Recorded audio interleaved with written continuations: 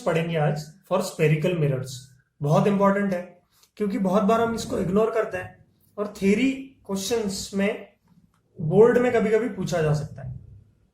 तो हम पहले लेंगे कि हमें पता है कि कॉन्वेक्स या कॉनकेव मिरर ऐसे बनाना है कि लेफ्ट हैंड साइड में ऑब्जेक्ट रहे। ये कन्वेंशन नहीं है पर एक स्टैंडर्ड फॉर्मेट अगर हम लोग यूज करें तो ये कॉनकेव मिरर है पहला वाला, concave, and this is convex. ठीक है, so we have discuss all the important things regarding this. और ये है पोल, यहां पर ये पोल है।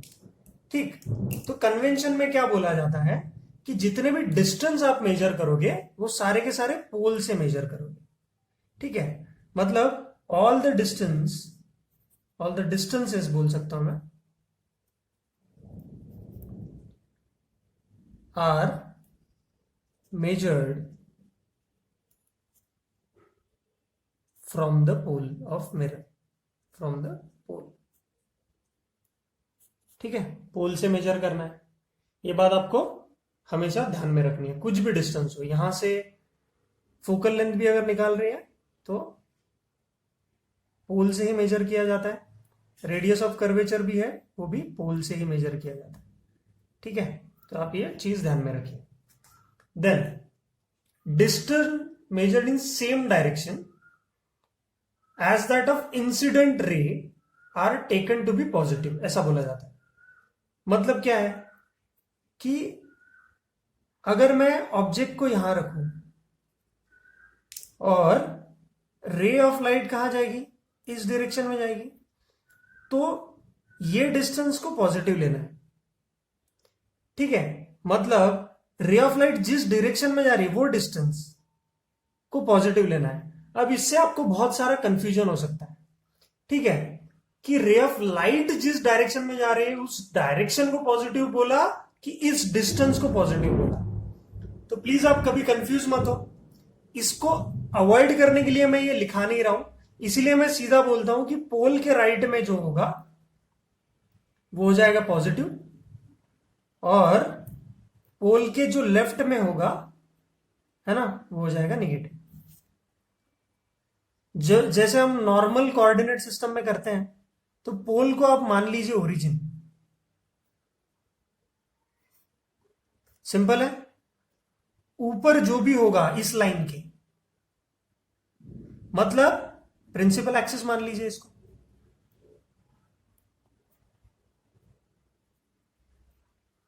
तो ऊपर जो भी होगा वो हो जाएगा पॉजिटिव, लेफ्ट में जो भी होगा प्रिंसिपल एक्सिस के, मतलब पोल के लेफ्ट में, वो हो जाएगा निगेटिव, इधर भी निगेटिव और ये वाला पॉजिटिव। तो इसमें किसको मानना है, ओरिजिन, इस पोल को मानना है। जो भी इस लाइन के ऊपर है वो पॉजिटिव, मतलब हाइट ऑफ द ऑब्जेक्ट अगर मैं देखा जाओ तो ये पॉजिटिव हो जाएगा। अगर कोई इमेज नीचे बन रही है, यहां पर इमेज बनती है ना हमारे पास, यहां इमेज बनी सपोज, तो वो निगेटिव हो जाएगी उसकी हाइट। ठीक है, समझ में आ रही है बात। तो जैसे ही आप इसको सिंप्लीफाइड तरीके से पढ़ेंगे तब आपको कॉन्फिडेंस बिल्ड होगा, क्योंकि हमें कर रहे हैं न्यूमेरिकल्स। ठीक है, समझ में आ रहा है आपको। इसमें और एक लिख सकते हैं आप कि distance measured upwards and perpendicular to the principal axis.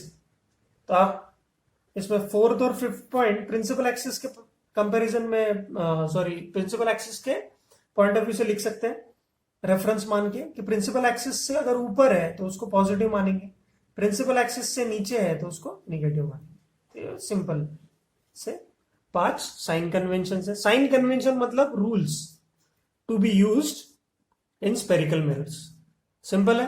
तो अगर ये चीजें आपको आसानी से समझ में आ गई तो आपकी लाइफ आसान है आगे। ठीक है, चलो फिर आगे बढ़ते हैं। Next important thing is word, कि इसका डायग्राम बना ले। चलो इसका डायग्राम बना लेते हैं पहले।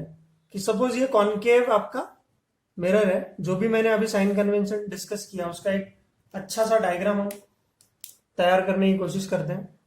कि अगर ये पोल है, इसके राइट में पॉजिटिव डिस्टेंस, लेफ्ट में नेगेटिव, ऊपर जाएगा हाइट ऑफ द ऑब्जेक्ट, यहां रखते हैं ना हम लोग, वो पॉजिटिव प्रिंसिपल एक्सिस से। अगर कोई नीचे जाता है तो हो जाएगा नेगेटिव। सिंपल है। तो ये सारी चीजें आपको सिंपल वे में समझ में आनी चाहिए। ठीक, चल तो इसको हम लोग इस वे में भी लिख के रख देंगे कि यहां पर पॉजिटिव, यहां इस side negative, this is positive, this is negative, as simple as normal coordinate system. ठीक है। फिर हम लोग सिंपल फॉर्म में इसको लिख सकते हैं कि यार कॉनकेव मिरर है, तो कॉनकेव मिरर की, तो कॉनकेव मिरर अगर मैं ऐसे बनाता हूं तो फोकल लेंथ एफ तो निगेटिव डायरेक्शन में हो जाएगी, तो कॉनकेव का फोकल लेंथ एफ निगेटिव हो जाएगा। सेंटर ऑफ कर्वेचर मतलब रेडियस ऑफ कर्वेचर की भी जो वैल्यू आ जाएगी, रेडियस ऑफ कर्वेचर भी निगेटिव आ जाएगा। ऑब्जेक्ट जो रखेंगे उसको यू से डिनोट करते हैं हम लोग, ऑब्जेक्ट डिस्टेंस, वो भी निगेटिव हो जाएगा। समझ में आया? इमेजेस जो मैक्सिमम गिरेंगी वो, है ना, आ जाएगी। अगर ऑब्जेक्ट ऐसा रखा तो ऑब्जेक्ट पॉजिटिव आ जाएगा, इमेज नीचे बनी तो इमेज निगेटिव आ जाएगी। ये सारी चीजें हम लोग, है ना, हमेशा देखते हैं। ठीक है। और कुछ इसमें कोई ज्यादा साइंस नहीं है। नेक्स्ट टॉपिक इज योर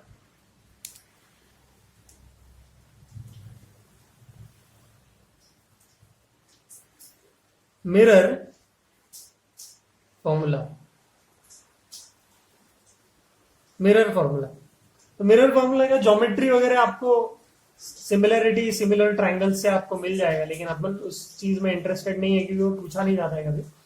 फिर भी हम उसको पढ़ सकते हैं। जब सपोज मैं कॉनकेव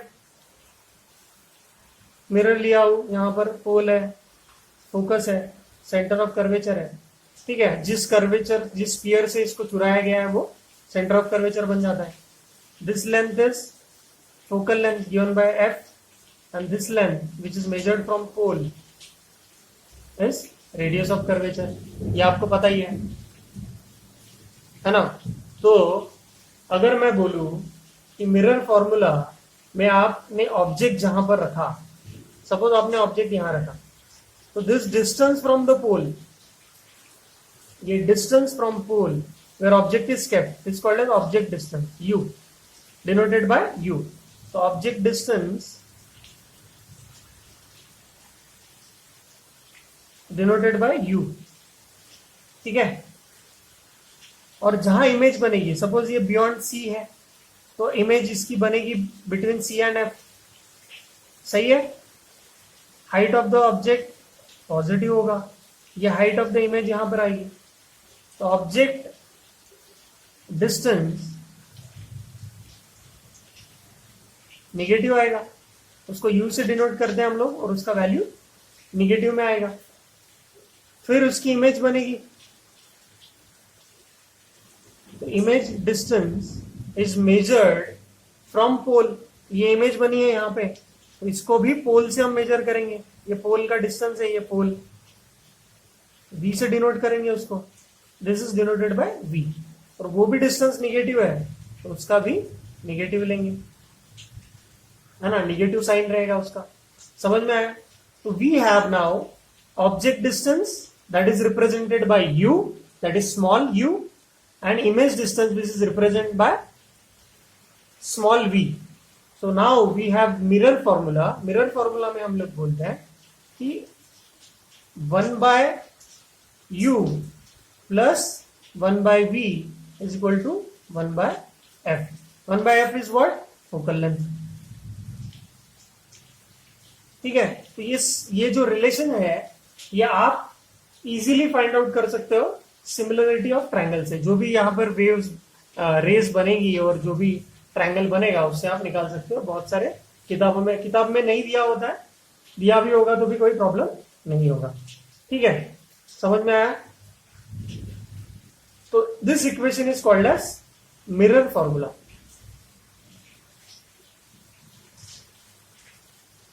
मिरर फॉर्मूला बहुत ही सिंपल सा है, इसको हमको डायरेक्टली अब यूज करना है प्रॉपर साइन कन्वेंशन के साथ। समझ में आया? ठीक है, तो दोनों के लिए वैलिड है, फॉर कॉन्वेक्स एंड कॉनकेव।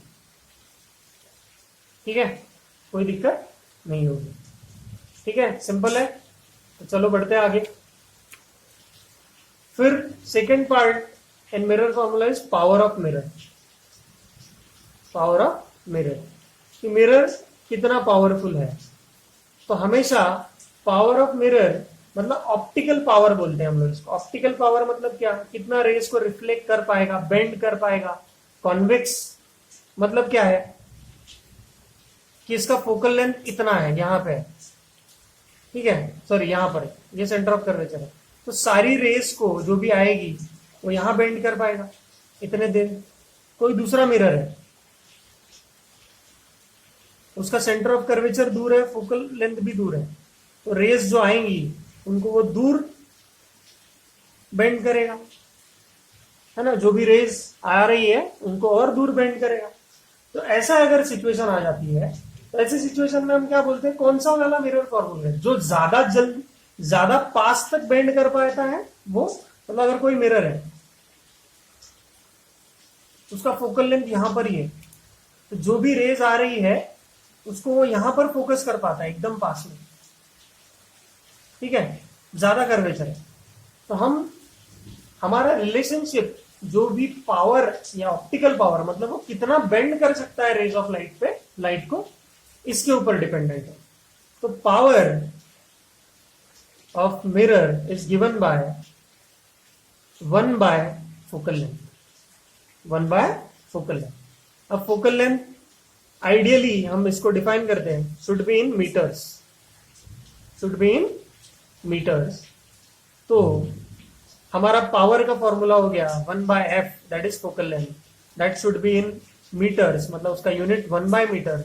और इस 1 बाय मीटर्स को ही हम लोग बोलते हैं dioptres, dioptre represented by capital D, capital D, dioptre. तो पावर का यूनिट क्या है, पावर ऑफ मिरर का लेंसेज में भी आप पढ़ेंगे, इस unit is dioptre, unit is dioptre. ठीक है, तो power in dioptre is nothing but 1 by what, metres, 1 by metres. ठीक है, समझ में आ रही है बात? ठीक, तो यह बात ध्यान में रखिए आप। तो आगे बढ़ते हैं।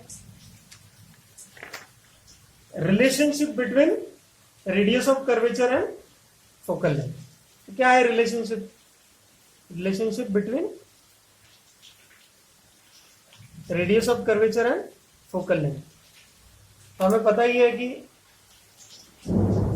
कोई भी स्फेरिकल मिरर है उसमें पोल, फोकस कैपिटल है, radius of sorry centre of curvature, तो ये डिस्टेंस है रेडियस ऑफ कर्वेचर, ये फोकल लेंथ है।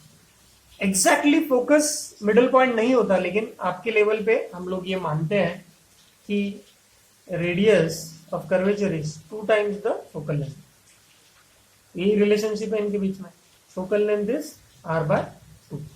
ठीक है, तो कभी भी आपको घुमा फिरा के अगर कुछ क्वेश्चन पूछेंगे तो आपको तो पता ही है रिलेशन, कोई भी प्रॉब्लम नहीं होगी। ठीक है, समझ में आ रही है बात? इसी में पार्टीशन कर देते हैं और क्या लिखते हैं हम लोग, मैग्निफिकेशन।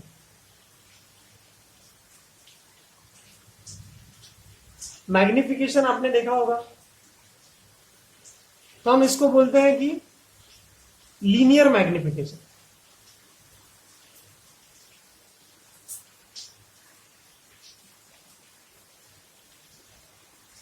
लीनियर मैग्निफिकेशन में क्या कर रहे हैं हम लोग, रेशियो ऑफ मतलब हाइट ऑफ इमेज, इमेज कितना मिला उसका हाइट कितना है ना, डिमिनिश मिला या मैग्निफाइड मिला, divided by height of object, height of image upon height of object, that is called as magnification, denoted by small N. ठीक है, और एक रिलेशन आता है इसमें, है ना, अगर आप इसको सॉल्व करें तो और एक रिलेशनशिप आता है कि अगर height of object, height of image को एच आई से डिनोट किया, हाइट ऑफ ऑब्जेक्ट को एच ओ से डिनोट किया, this is the relationship between. ठीक है, तो another formula for this is कि अगर सेम हाइट है, अगर हाइट ऑफ ऑब्जेक्ट और हाइट ऑफ इमेज सेम है तो मैग्निफिकेशन की वैल्यू क्या आ जाएगी 1। तो अगर मैग्निफिकेशन की वैल्यू 1 है तो इससे हम क्या कंक्लूड कर सकते हैं कि हमें सेम साइज ऑफ इमेज मिला एज ऑब्जेक्ट। मैग्निफिकेशन अगर लेस देन 1 है तो हमें लेस देन 1 मतलब न्यूमरेटर छोटा होगा एज कंपेयर टू ऑब्जेक्ट, तो हमें क्या मिली इमेज, डिमिनिश इमेज मिली। अगर मैग्निफिकेशन की वैल्यू ग्रेटर देन 1 है तो हमें क्या मिला, मैग्नीफाइड, या फिर हम लोग बोल देंगे एनलार्ज्ड इमेज मिला। ठीक है, तो डिमिनिश्ड इमेज, मैग्निफाइड इमेज आप इससे सिंप्लीफाई मतलब सिंपल वे में फाइंड आउट कर सकते हो, कोई दिक्कत वाली बात नहीं है। ठीक है, समझ में आ रही है बातें? बहुत बारिश हो रही है यार आज। देखो another formula for this is M is minus V by U, मतलब image distance divided by object distance is equal to F divided by F minus U. ये एक रिलेशनशिप है। तो आपके पास मैग्निफिकेशन निकालने के image height upon object height, ये linear magnification simple, या फिर ये minus V by U and F divided by F minus U, या रिलेशनशिप यूज कर सकते हैं। ठीक है, सिंपल सी बातें हैं। ठीक है, ये वाला रिलेशनशिप कैसे आया ये भी हम लोग सिंप्लीफाई करके देख सकते हैं, तो देखेंगे कुछ वीडियोस में। ठीक है, अब हमें क्या करना है, हमने कुछ फॉर्मूलाज देखा, उन फॉर्मूले को हमें इंप्लीमेंट करना आना चाहिए। तो इंप्लीमेंटेशन सिंपल है, फॉर्मूला को यूज करो, कुछ क्वेश्चंस देखो, है ना, इससे आपको आइडिया आ जाएगा। ठीक है, चलो फिर चलिए, आपकी बुक में एक सॉल्व्ड एग्जांपल दिया हुआ है पेज नंबर 12 पे।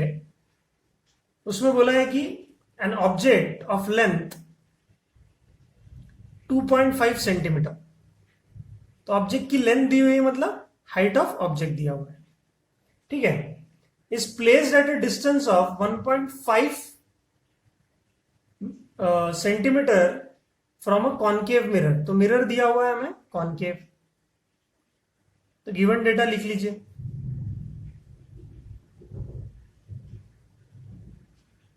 वेर एफ इज, सॉरी ऐसा दिया गया है कि 1.5 एफ पे आपका ऑब्जेक्ट रखा गया है, मतलब ये हो गया आपका ऑब्जेक्ट डिस्टेंस। ठीक है, ऐसा दिया हुआ है 1.5 टाइम्स ऑफ एफ। फिर बोला है आपको where F is the magnitude of focal length, F is focal length. Simple है।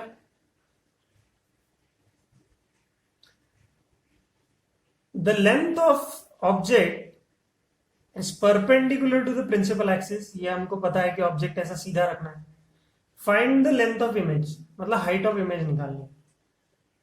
इज द इमेज इरेक्ट और इन्वर्टेड, ये फाइंड आउट करना है। क्या फाइंड करना है? इज द इमेज इरेक्ट और इन्वर्टेड। तो इस क्वेश्चन को पढ़ने के बाद मुझे ये समझ में आ रहा है कि डेटा गिवन इज कि पहले तो अपने पास क्या है, कॉनकेव मिरर है, उसकी फोकल लेंथ एफ होगी, ये वाला डिस्टेंस, ये पोल, फोकस, सेंटर ऑफ कर्वेचर। तो अगर ये एफ डिस्टेंस है तो ऑब्जेक्ट 1.5 एफ पे, तो ये एफ है तो 2 एफ पे तो सेंटर ऑफ कर्वेचर आ जाएगा, रेडियस ऑफ कर्वेचर आएगा। तो अगर ये एफ है तो 1.5 मतलब एग्जैक्टली इसके बीच में रखी गई है, यहां रखी गई होगी। मतलब ये वाला जो डिस्टेंस है ये कितना दिया हुआ है, this distance is 1.5 times of F. This is object distance. तो लेफ्ट हैंड साइड में है तो ये निगेटिव हो जाएगा क्योंकि पोल के लेफ्ट हैंड साइड में हमने बनाया इसको. सिंपल मैथमेटिक्स है. फिर object is between C and F, तो इसकी इमेज कहां बनेगी? सिंपल है ये भी क्वेश्चन, बियॉन्ड सी बनेगा. और नेचर ऑफ इमेज क्या होगी ये हमको बताया कि वो इन्वर्टेड होगी. सिंपल है. फिर भी हम इसको सॉल्व कर सकते हैं, कैलकुलेट कर सकते हैं. जैसे by mirror formula.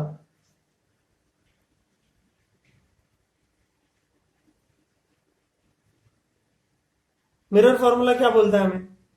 1/u plus 1/v is equal to 1/f. ठीक है. तो u की वैल्यू हमको पता है, v की वैल्यू हमें नहीं पता, f की वैल्यू भी हमें f ही डाल सकते हैं. सिंपल है. तो यहां पर u की वैल्यू क्या डालेंगे हम? u is 1/-1.5 f plus v हमें नहीं पता तो v का v रखेंगे और f की वैल्यू तो f ही है, ये रखेंगे. अब मैं इसको यहां से लिखना शुरू करता हूं ताकि अच्छे से सबको समझ में आए.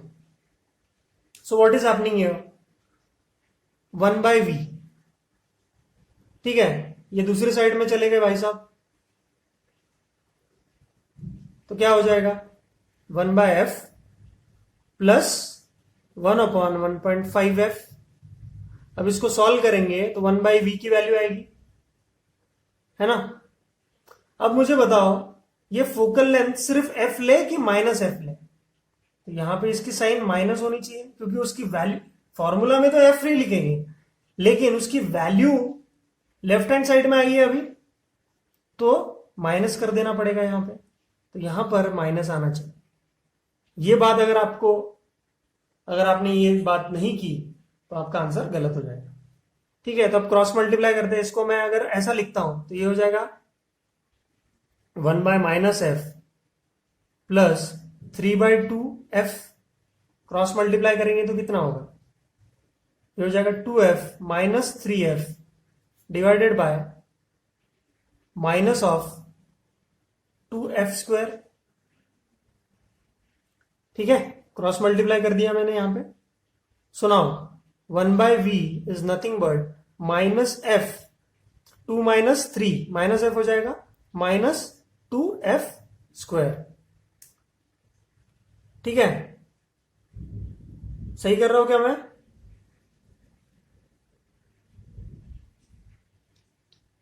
गड़बड़ हो गई क्या? अरे यहां पे गड़बड़ कर दी. ऐसा नहीं लिखना है, सॉरी. ठीक है. ये 3/2 नहीं, नीचे 3/2 आएगा ना, 2/f हो जाएगा. फिर वो गलती कर दी, गलती से लिख दिया. ठीक है. तो 1/v इज इक्वल टू, चलो नेक्स्ट पेज पे लिखते हैं इसको. तो क्या आया था हमारा? 1/v is equal to 1/f plus 1/1.5f. तो ये माइनस था यहां पे. ठीक है. तो 1/f ऐसा लिख सकता हूं मैं कि 1/1.5f माइनस 1/f. ठीक है. अब इसको क्रॉस मल्टीप्लाई कर लेंगे. ये f इधर चला जाएगा, ये 1.5f इधर चला जाएगा और नीचे में क्या आएगा? 1.5f स्क्वायर आ जाएगा 1/v. ठीक है. तो ये क्या हो जाएगा? So this comes out to be minus of 0.5f divided by 1.5f square 1/v. So this comes out to be 1/v is equal to what? बोलो. इसको सॉल्व करेंगे तो कितना आ जाएगा? 5/15. पॉइंट हटा दिया, एफ एफ कैंसिल हो जाएगा तो f डिनोमिनेटर में आ गया. सो इसको अगर सॉल्व किया हमने तो कितना आ रहा है? v is equal to 3 times f और माइनस साइन वैसा ही इंटैक्ट है तो -3f आएगा. तो ऑब्वियसली आपको क्या करना है? अब आपका इमेज डिस्टेंस भी मिल गया. तो this image distance is nothing but -3 times of focal length, -3f represented by v, small v। अब आपके पास है इमेज डिस्टेंस, तो मैग्निफिकेशन निकालना है। मैग्निफिकेशन इज -v/u या फिर object image height divided by object height, ये आपके पास है formula. So we can use this magnification के लिए। जितने भी पैरामीटर से आपको निकाल के छोड़ देना है ना। तो हाइट ऑफ द ऑब्जेक्ट कितना दिया था, 2.5, तो हाइट ऑफ इमेज हमको मिल सकता है, क्योंकि हमारे पास अब ये सीधा फॉर्मूला है। तो height of image upon height of object, इसको इतना यूज कर लो, इन दोनों का कंपैरिजन -v/u यूज कर लो, तो कितना आ जाएगा। हाइट ऑफ इमेज हमें पता है is nothing but -v/u into height of object. ठीक, तो माइनस v कितना है, v इज -3f साइन के साथ निगेटिव साइड में, u कितना है -1.5f ये है, into height of object. Height of object क्या है, हाइट ऑफ ऑब्जेक्ट कितना है दिया हुआ था हमें 2.5 सेंटीमीटर दिया हुआ था, तो f ने f को मार दिया, माइनस साइन खत्म। ठीक है, 1. ये कितना हो जाएगा 1.5 2 जा, ठीक है। So this comes out to be -5 centimetre. Height of image क्या आ जाएगा -5 सेंटीमीटर। ये बात समझ में आई आपको। This comes out to be -5 centimetre. ठीक है, तो -5 सेंटीमीटर हाइट ऑफ क्या आ रहा है आपका इमेज। ठीक है, तो अब इससे मैग्निफिकेशन भी पता कर सकते हो कितना, डबल हो गया मैग्निफिकेशन। 2.5 का हाइट ऑफ ऑब्जेक्ट था, या लेंथ ऑफ ऑब्जेक्ट बोला था आपको, तो length of image is -5 centimetre. ठीक है, तो अब आपको पता कैसे चलेगा कि इमेज इरेक्ट है या इन्वर्टेड है। तो देखो माइनस साइन से पता चल रहा है कि ऐसी होगी उल्टी, यहां से यहां तक, है ना। तो आप क्या करो, सिंपल इसका डायग्राम बना लो। ठीक है, हमेशा एंड में आपको क्लैरिटी के लिए आपको डायग्राम बनाना जरूरी है। ठीक है, so we have given concave mirror, उसका पोल है, फोकस है, सेंटर ऑफ कर्वेचर है, आपका ऑब्जेक्ट रखा हुआ था इसके बीचों बीच, कितने डिस्टेंस पे, ऑब्जेक्ट डिस्टेंस था आपका -1.5 f, इमेज आपको मिली एट -3f, तो इमेज आपको मिली एग्जैक्टली यहां। ठीक है, ऑब्जेक्ट आपका यहां था। ठीक है, ऑब्जेक्ट का हाइट था आपका +2.5 सेंटीमीटर्स, इमेज जो आपको मिली उसकी हाइट थी -5 सेंटीमीटर, तो यहां पर इमेज मिली आपको। ठीक है, तो ये ऑब्जेक्ट है, ये इमेज है, ऐसा कुछ दिखेगा। तो ये image on the same side of the mirror है, same side of the mirror है, नीचे है, इन्वर्टेड है, तो आप लिख सकते हो object, distance, image and nature of image. Nature of image, object कहां पे है एट -1.5 f, इमेज कहां पे मिली -3f, मतलब नेगेटिव साइड में। नेचर ऑफ इमेज का हम क्या मिली हमें, रियल इन्वर्टेड, है ना, एंड मैग्निफाइड, या फिर बोल सकते हो उसको एनलार्ज्ड इमेज मिली हमें। ठीक है, ये चीज आप हमेशा लिख सकते हो। ठीक है, समझ में आ रही है बात, नेचर ऑफ इमेज। तो आपको अगर इसको जनरलाइज तरीके से लिखना है कि ऑब्जेक्ट कहां था हमारा, object was between C and F, object was between C and F, image was beyond C मिला हमें, बियॉन्ड C मिला हमें इमेज, और नेचर तो वही था। ठीक है, कितना मैग्निफिकेशन मिला हमें, मैग्निफिकेशन ट्वाइस मिला हमें, डबल मिला। ठीक है, यहाँ पे मैग्निफिकेशन के फॉर्मूला में अगर इसको डाले तो कितना आ गया, m is equal to height of image upon height of object 5 divided by 2.5, या -5 डिवाइडेड बाई +2.5, तो कितना आया -2। ठीक है, उसका कोई यूनिट नहीं होता मैग्निफिकेशन का, क्योंकि सेम क्वांटिटी का रेशो है वो। तो मैग्निफिकेशन अगर निगेटिव आ रहा है, निगेटिव वैल्यू ऑफ मैग्निफिकेशन हमें बताता है कि रियल इन्वर्टेड इमेज है, ठीक है।